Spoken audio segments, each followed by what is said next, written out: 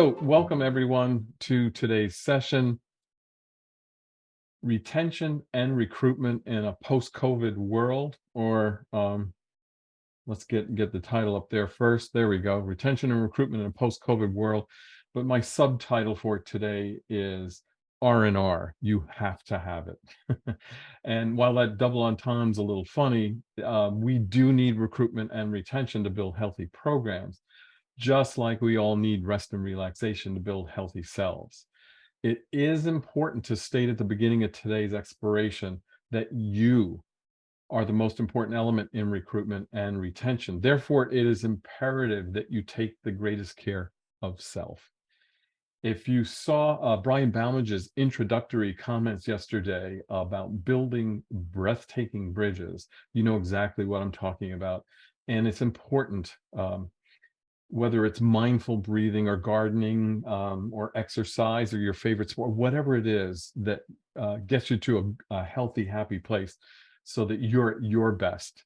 That's going to be your first point of entry with your students in terms of retention and recruitment. And again, rest and relaxation.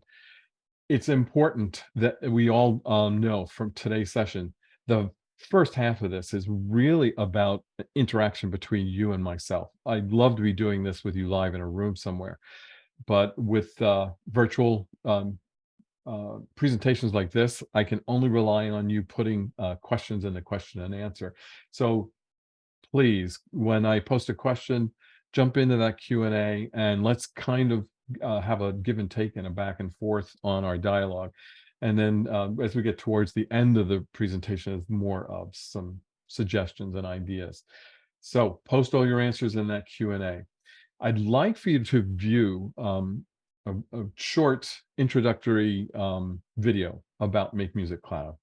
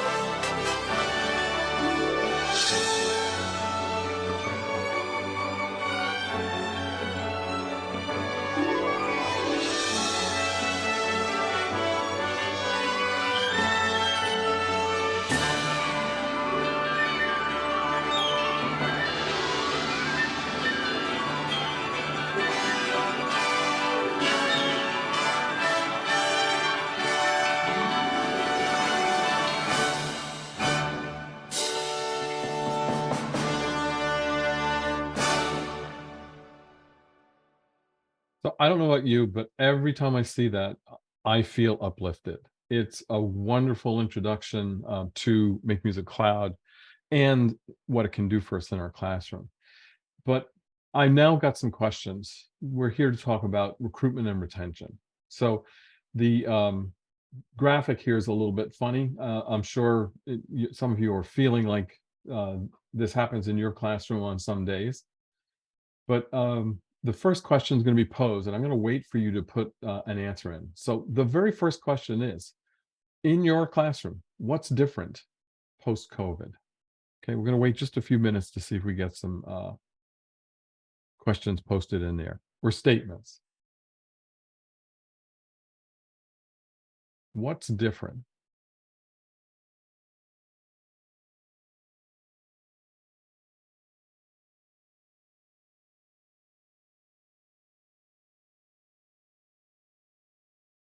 Don't forget you're putting that in the Q&A.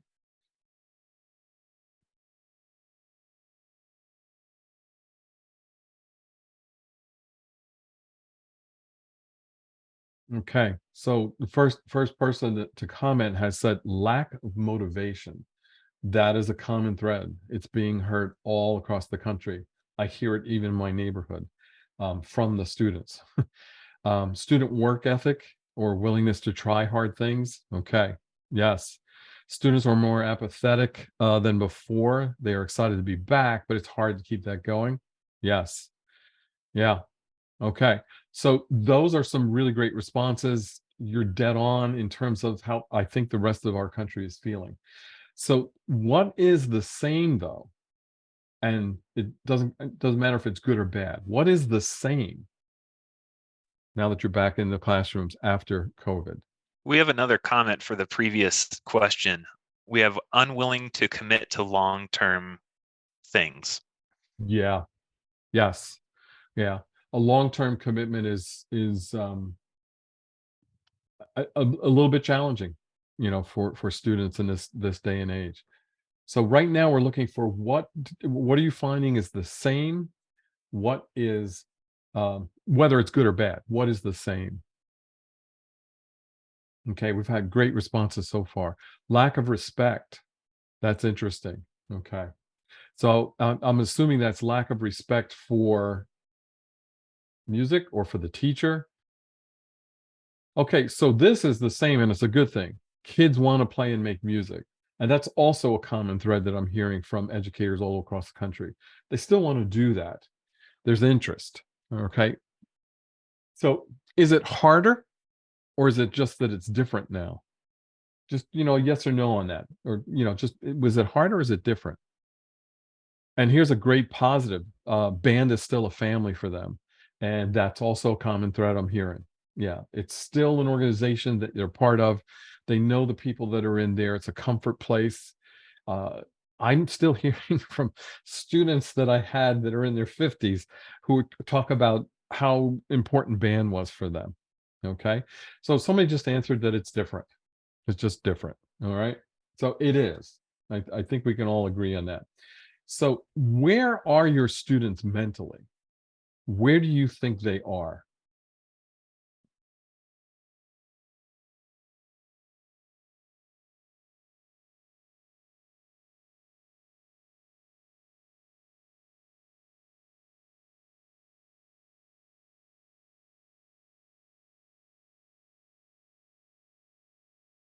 Confused and insecure? Okay. Yeah, I've heard that a lot too. Because of the lack of social interaction, a lot of students seem to be at that place. They just seem so helpless and unwilling. Yes. Yeah. Yeah. Isolation during COVID, I think, was that they demand empathy and flexibility. Thank you for that statement, because that's going to be a common thread today. You're definitely going to hear that. And a lot of us that were teaching prior to COVID had a style, and that style of teaching is evolving to include more empathy and flexibility towards our students. They need us. They need that. So we got some things going on. So I think that answers the question, next one too. Have their needs shifted? Yes. I think that last one kind of answers that one as well. Anyone else? Do you think their needs have shifted? And if they've shifted, what do you think they've shifted to? What are their needs?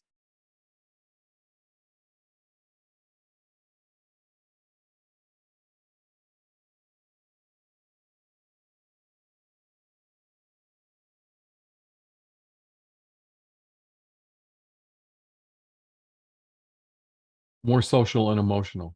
Yes. So anything you can read and understand about social emotional learning right now, I think is going to be another tool in your pocket, in your wheelhouse. Socialization, they're clueless how to act. Yes. Yeah. Again, a common thread. We're hearing this all across the country. And it just seems to make common sense. We've had them, locked up in their homes during the pandemic. Coming out of it, it's been a little bit of a challenge. So I think we can all agree, yeah, their needs have shifted. So here's the question that a lot of us are struggling with.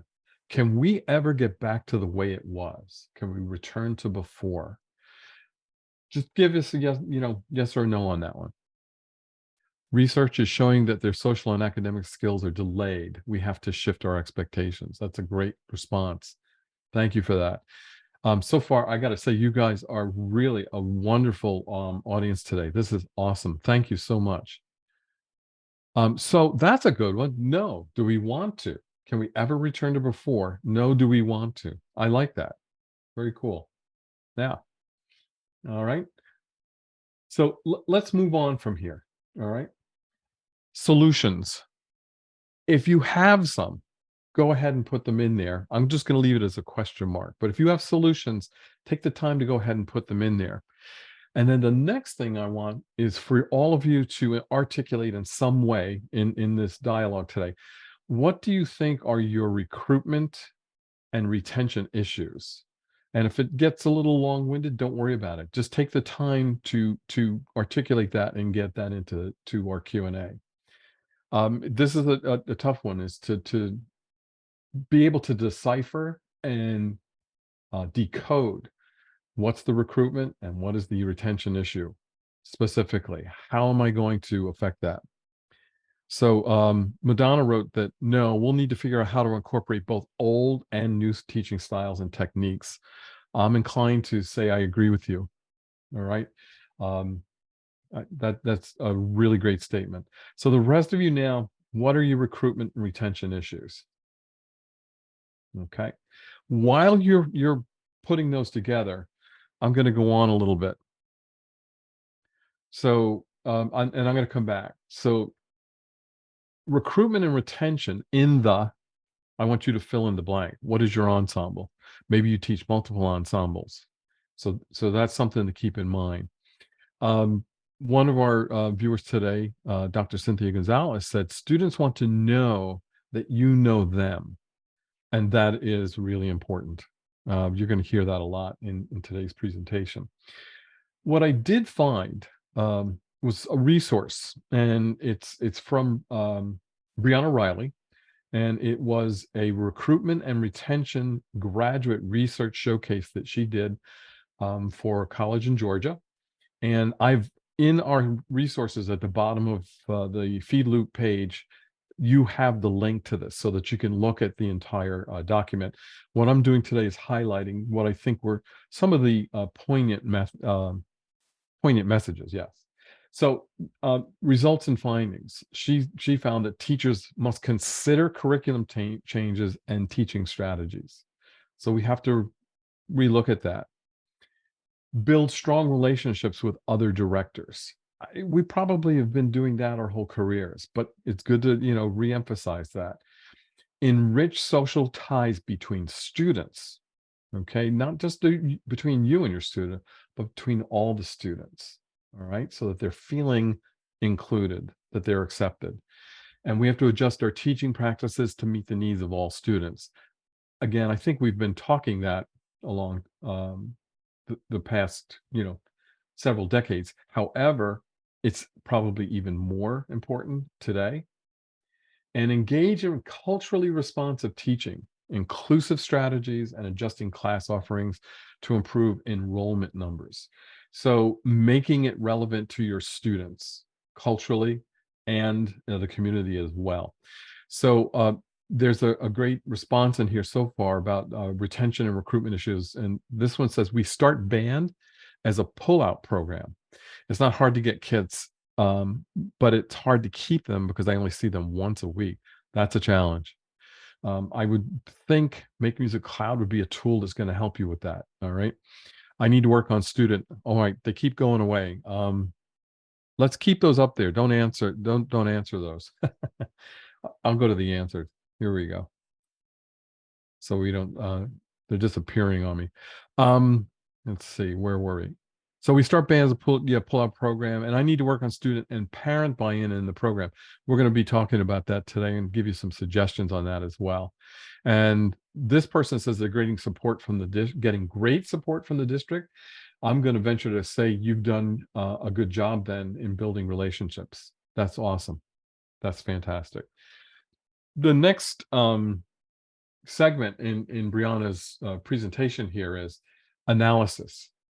Our students come to us from a variety of backgrounds, and it's our job to meet them where they are. Again, I think we've talked about that in the past as well. Too often, music teachers expect their students to fit the mold and conform to our expectations, which are based on a Western classical art tradition. Guilty. Yeah. Prior to COVID, I would be that teacher. And there's an example or two coming up in the presentation too, where teachers admit that that was their um, modus operandi. And now, as a result of the pandemic, they've had to change. All right. It goes on, she says, teachers must be ready to challenge their beliefs and past experiences in order to change and improve. Respecting diversity and practicing inclusion are vital elements to a successful music program. So I think that, says it all. And then, great percentages here, where the results are, we think, we're doing it. And then only 35% are actually reporting that they include multicultural music in their lessons and concerts. So that's something for us to consider now. All right. Great little diagram down below that shows relationship strategies, and that combination of those build that classroom, this open all. The closing statement in her presentation: when teachers work for, and I do want to emphasize this is the single thread I'm hearing the most, for a high quality program. So we're not necessarily reducing the quality of our program. Maybe the level they're at, maybe we're not level 6, but we're 5. But the quality is there, and we're inclusive. Okay. More students feeling welcome and like they're likely to enroll. Teachers who want to increase enrollment through improved teaching strategies must consider elements such as gender identity, cultural background, social and special needs of their students. So a greater awareness on our part of who are in the seats in front of us and how we can best meet their needs. Okay, so that's, again, that's linked in down below, and you'll have access to that. I came across a podcast by Chris Muntz. I love his title. It's Choralosophy. And this particular episode was 107. And I just love the line: retention matters more than recruitment. And one of the statements out of that podcast: if we are focused every year, every day on retention, then we are saving for a rainy day. We become squirrels storing nuts. There's a lot of truth in that particular one. Feel free to check that out. I think I have a link for it. No, I think I do. Yeah, check it out. And this was an enlightening one. This next one, it's sponsored by a music store, Amiro Music, and it's a podcast for after-hours conversations for music educators. It's a great series, and it's a way to hear from our colleagues all across the country, things they're doing, processes, so on. This one I loved because Ben Easley is actually originally from Texas, high-powered, high-achieving marching band program prior to the pandemic. And in his podcast, he shares that he was, when the students come in, here's our program, this is the expectation, and everybody meets this, and we produce these high-end programs. He's since relocated to, I believe, somewhere outside of Nashville. And during COVID and post-COVID, he's definitely changed his methodology and his style of teaching. And this podcast definitely will give you some insights as to exactly what he's going through. You're going to find some similarities, and then what he had to adjust. And his biggest tip for retaining most or even all of his students was this: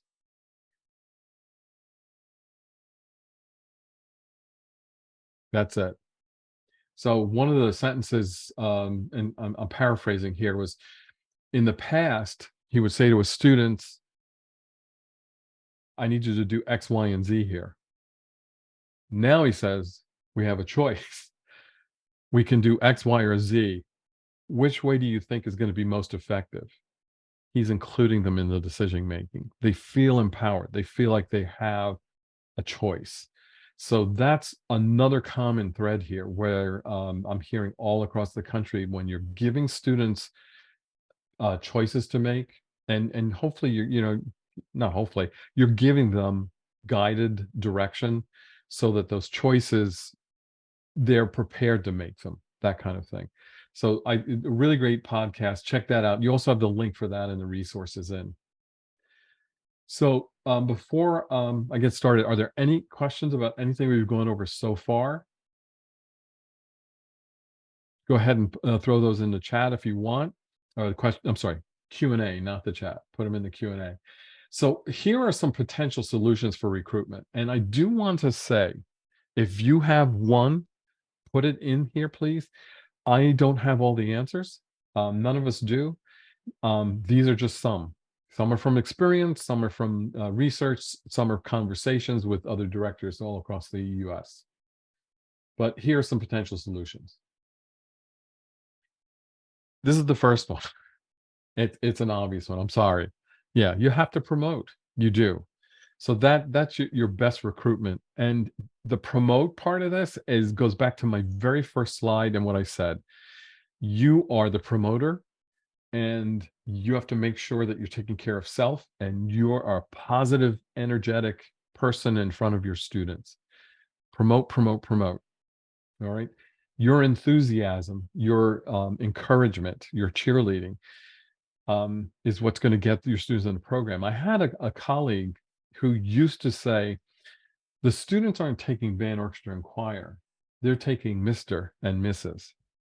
because of your guidance and enthusiasm and promotion. All right. Another tip, so it's not the answer for everybody, but instead of consider recruiting in the beginning of the year, when students are new to a building, they're new to a new teacher, there's new classrooms, there's new hallways they're going through, there may be they're changing classes for the first time, there's new students in there, all of that angst of the newness. Okay, maybe the fall in September is not the best time to recruit. Consider doing the recruitment at the end of the previous year. And I will share our school district and our program, the way we did recruitment, it was at the end of the school year.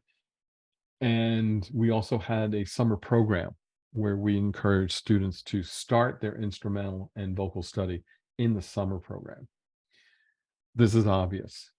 If you have student performances that are fun and encouraging to new students, they're going to be interested. So programming, making sure that you're in tune with what's of interest to those students, which comes to the next thing. To enhance the recruiting process, ensemble teachers need to work in partnership with general music teachers, the classroom teachers, and I didn't put it in here, but you really should be in contact with administration.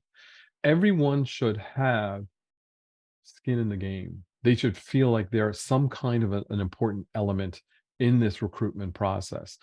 So general music teachers are going to be able to give you insights into this particular year's class.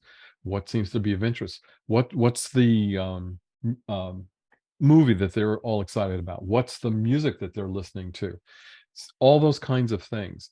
Are these more tactile students? So I have to keep them physically busy in a class. Do they like to sing? All those kinds of things. And then working with that general music teacher in terms of, can I come into this classroom with maybe my, an ensemble of students, small ensemble, and also working with the classroom teachers so that, you're getting a pulse on this year's class, getting culturally attuned to what's going on. If you've got a group that's, getting ratings, they're going out and doing contests, going on trips, they get awards, you need to go back to the top. That needs to be promoted. Please make sure that you do that. And when I first started teaching, I was very shy about doing this because I didn't want to be patting myself on the back. And I had a very wise sage who happened to be the superintendent of schools who said, in the absence of positive PR, negative PR will fill the void. And that resonated with me. And from that moment on, anytime we did something and it was, worthy of attention, I made sure it was out front and center. This is important. Be a family. If you've got a group that has older students with younger students coming in, consider a buddy system. All right. Build ownership and a sense of belonging. And by asking your older students to help you recruit and bring in these new students, you're making them part of the program, part of the family, an important element of making these new students feel comfortable. Probably, I think the most challenging part here is how do we make it more culturally responsive and inclusive of all students? So, got to get to know your students so well. You need to know what are the different cultures within your classroom, within your school, within the community. Very important elements right here. Any questions about anything we've presented so far or comments? Okay.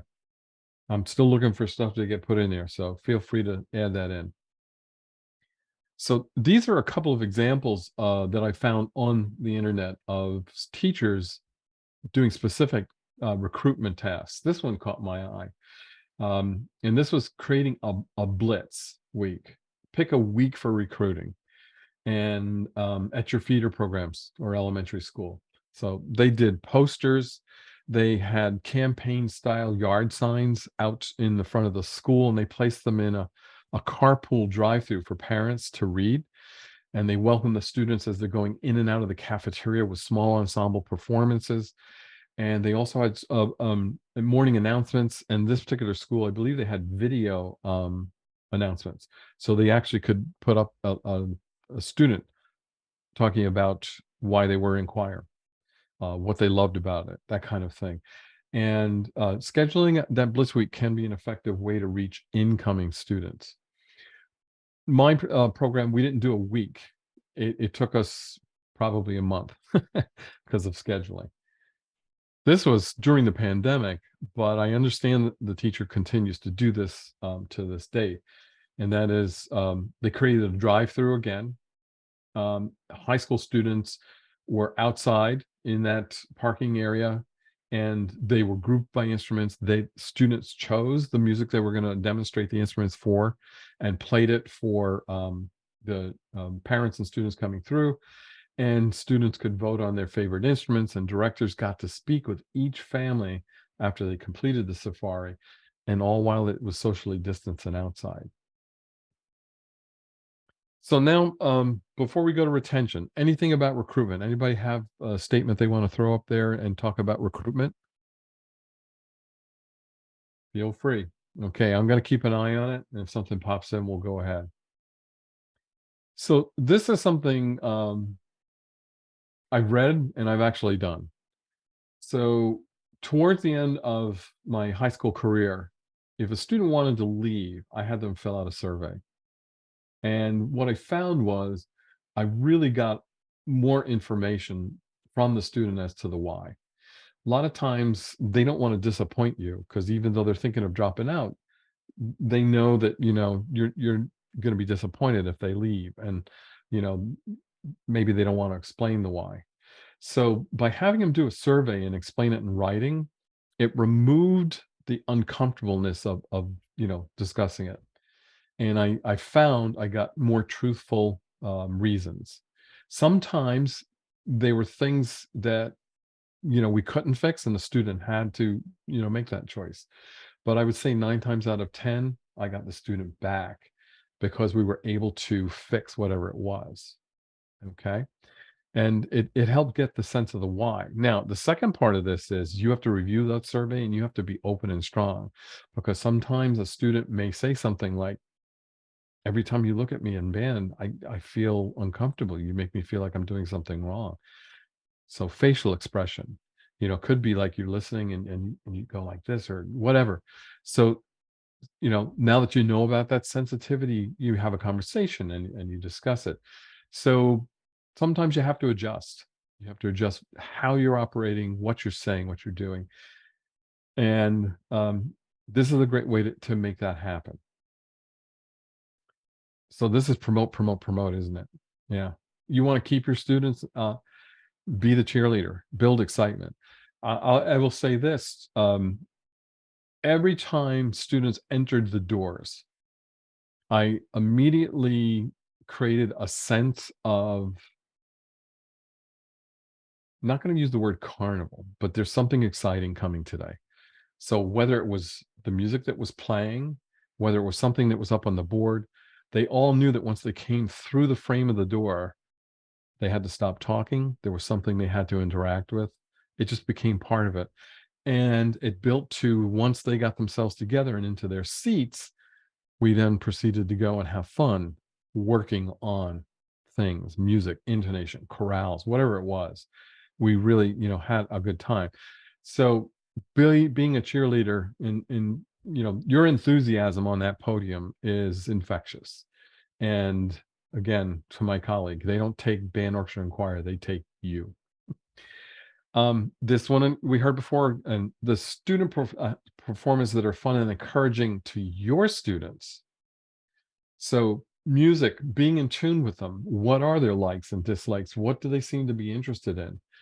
Make Music Cloud was a real eye opener for me, because my students started going in and exploring in Make Music Cloud and leaving notes. We need to do this piece. The flute section wants you to take a look at this. I had my jazz ensemble leave money on my desk one day. We want you to order this piece because we want to play it. It's that kind of thing. So when the students are involved in that process, it's really important. So having music that they want to do, and it's interesting, some teachers are afraid to do this because they think they're all going to choose easy and pop literature. I got to tell you, that's never happened to me. They always chose the most difficult, challenging things and interesting things. Adjust your program to be more culturally responsive. Okay. What kind of music are you performing in your ensembles? Are you addressing the cultural representation in your ensemble? Is it inclusive of all your students? Maybe, this is time to address having a mariachi group in your school, or to include um, an Asian influence piece, or a piece composed by a woman. All kinds of reasons to make sure that you are being culturally responsive and inclusive of all students through your repertoire choices. So this is a great one. Have the students record testimonials. Sometimes it's just a postcard and you put it up in your room. Those testimonials can also be used for the recruitment part as well. Have them make videos. Have them select the favorite assignments. This wasn't necessarily an assignment, but I'll share with you a favorite routine I did with my ensemble, and my students still talk about it to this day. And that was silent rehearsal. I would, unannounced, come in one day and fake that I had laryngitis and proceed to run the rehearsal with no voice. And what happened was there was a transformation. There's usually a little bit of like bubbly energy, little giggles, oh, he can't talk today. This is going to be great, And what ended up happening was, by the end of the rehearsal, they all realized, wow, we really sounded good today. And I always broke the silence right before I let them go and said, great job today, guys. You sounded awesome. And they all laughed. So silent rehearsals were one of my techniques, but have your students select their favorite assignments. All right. Have students create your recruitment poster, slide deck, or video. Why is that a retention? Because they're involved in marketing to the younger people coming into your program. What is it about band, orchestra, and choir and this teacher that I want to, make sure the world knows about, because I want you to be a part of this as well. All right.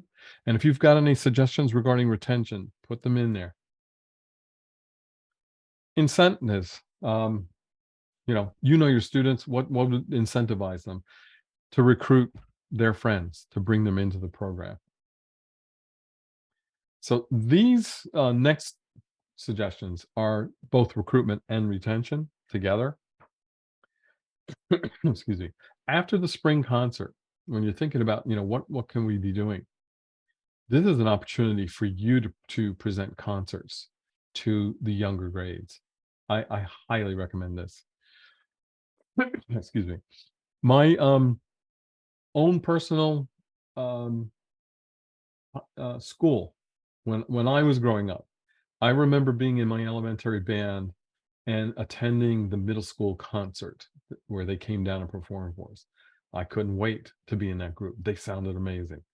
In middle school, the high school came and performed for us. I couldn't wait to be in high school because, man, they sound great. And I want to be orchestrate this. Get your ensembles in front of your next bunch of students and make sure you choose repertoire that's relevant, exciting, and makes them want to be a part of it.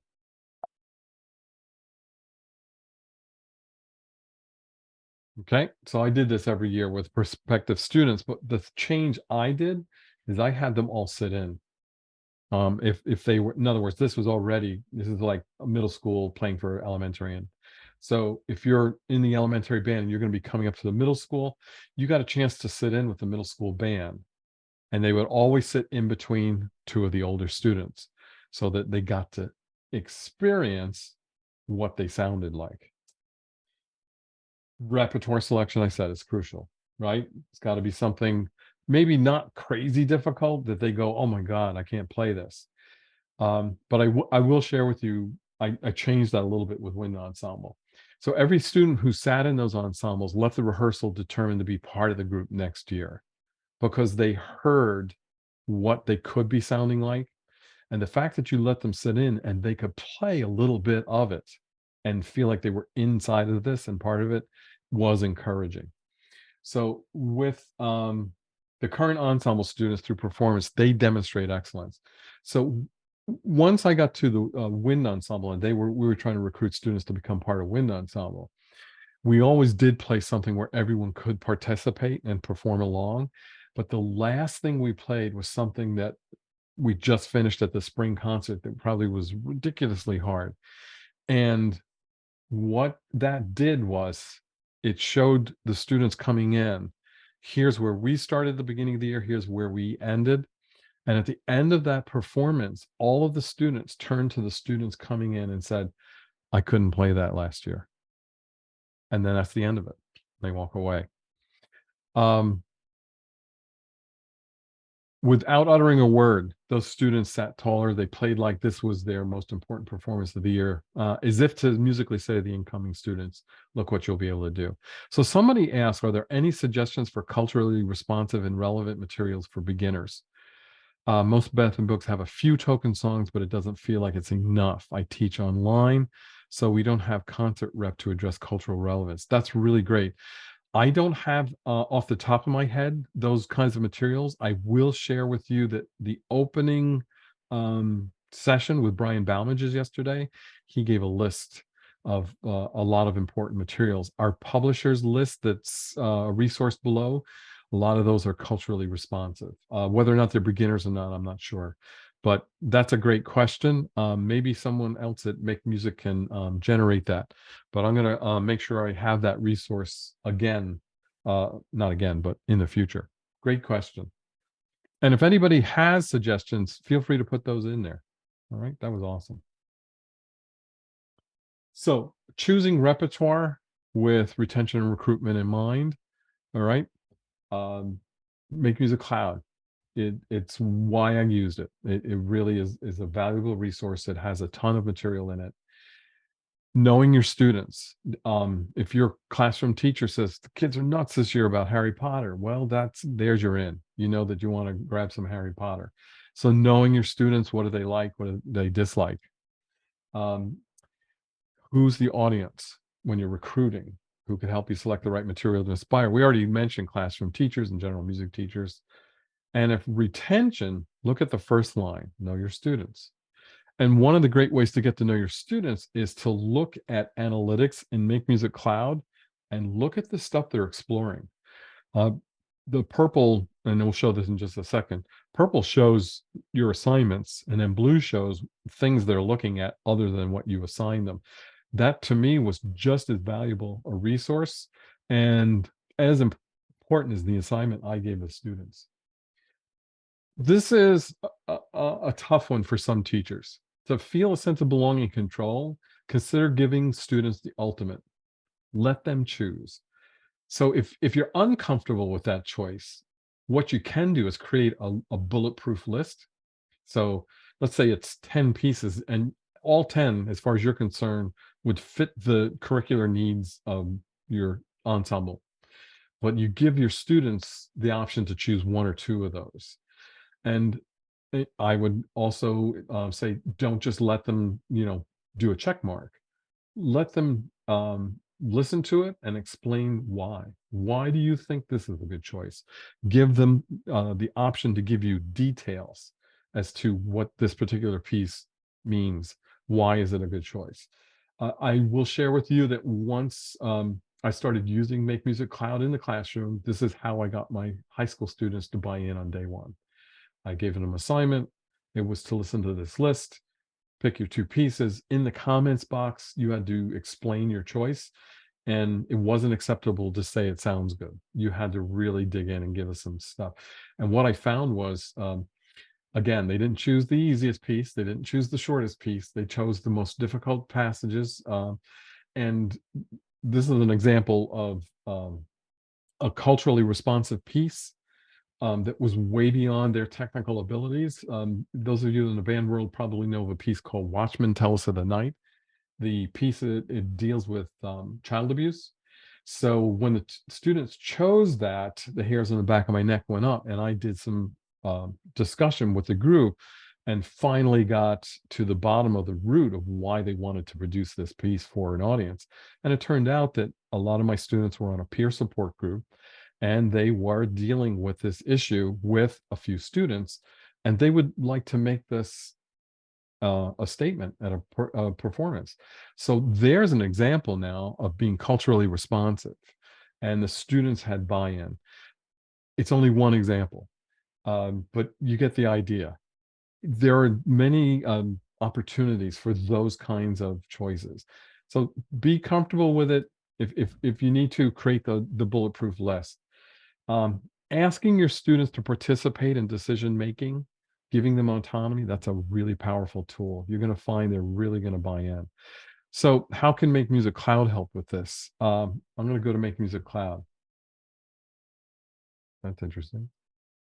I think we're sharing, right? Is everybody seeing uplifted?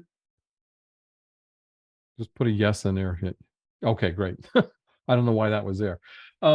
So here's a great piece. You actually just heard it in a promotional video, but this is a culturally responsive piece in my regard.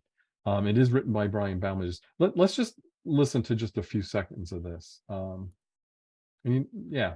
So this is one of our new Make Music publications piece, and what I love about it, it is a band piece, an orchestra piece that can be performed, but there's also solos. So anyone in that ensemble can actually practice a solo on top of the accompaniment of the whole piece. Let's just listen.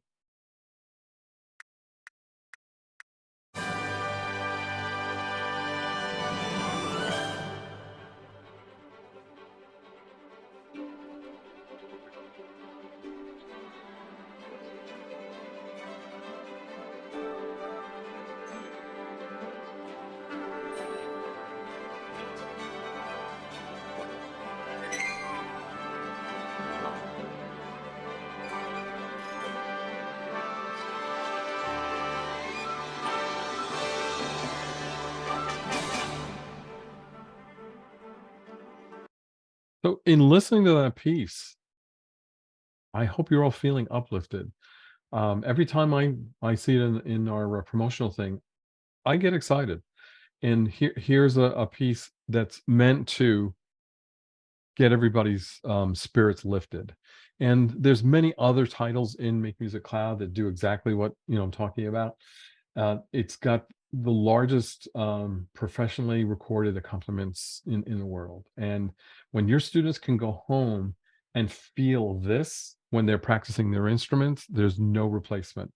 And now when they come to your classrooms and they're ready to work on this, their paradigm has shifted, because in their ears now, They know what they're achieving, they're going to achieve, what they're looking to achieve. They know what the outcome is going to be. I do want to just quickly take a look at analytics. This is what I was talking about earlier. How we get to know your students. Well, I can see this. There's some definitely some exploration going on there. Well, let's go to assigned content. So I see my student did some sign reading work had been sent out, but take a look at the explored. Okay, so we definitely have some interest in jazz here. All right, so I'm learning something about those students. All right. Now, obviously, this is me, but I just wanted to, share with you. If you get analytics, you get that information, you're going to be able to go in there and see that as well. So there's where Make Music Cloud is going to help.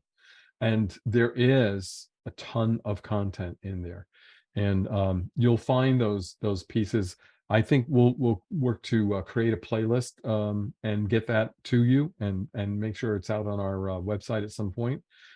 There actually is some content based on an SEL clinic we did that has a list of pieces in all of the ensembles that were addressing SEL, social emotional learning, but a lot of those are also addressing cultural issues as well. So definitely take a look at those. So we're running late here. um, some practical tips. This is a blog that's in Make Music Cloud. All right, it's on our website. Um, Great resource from one of our, I believe it was an orchestra teacher, and some great insights. I just took some bullet points off. You can see it's in there. I think I provided the link to it as well. It's in there. All right. It's echoing a lot of what we just got, but keep the rigorous instruction and high expectations in there. All right. We can definitely elevate. All right. And definitely modeling and lots of laughter, jokes, and stories. And intrinsic motivation. In other words, giving them choice, letting them choose, those kinds of things. There are some Yamaha put out 5 smart steps for retaining beginners. It's success, ask each student to teach their parent. Modeling, ask your more advanced students to model, record short clips. Activity, send a letter or note to every parent. That's from the teacher. That's a tall order, but if you can do it, that's, you're going to win some players in your ensemble and your parent. All right, so that's from Yamaha. There's another one from Yamaha as well, 5 recruitment tips. It's also linked in there, and we've got another resource from Music and Arts that's also linked in there. Take a look at those. And I see I'm getting the hooks coming from Andrew here. I just wanted to share with you, NAM also has something on recruitment and retention. Make sure you get to look at those links. Not enough time for Q&A, but you do have my email. Yes, I'm trusting you with my email. If you have any questions about recruitment and retention, feel free to check in with me. I am not tech support. So if you've got a technical issue, you know how to get inside of Make Music Cloud and go to tech support. Plus, I think we have the link in there somewhere. I want to thank you all for being here today, giving up time on a Saturday to listen to a band director rant about recruitment and retention. And I look forward to seeing you at MEAs throughout the US.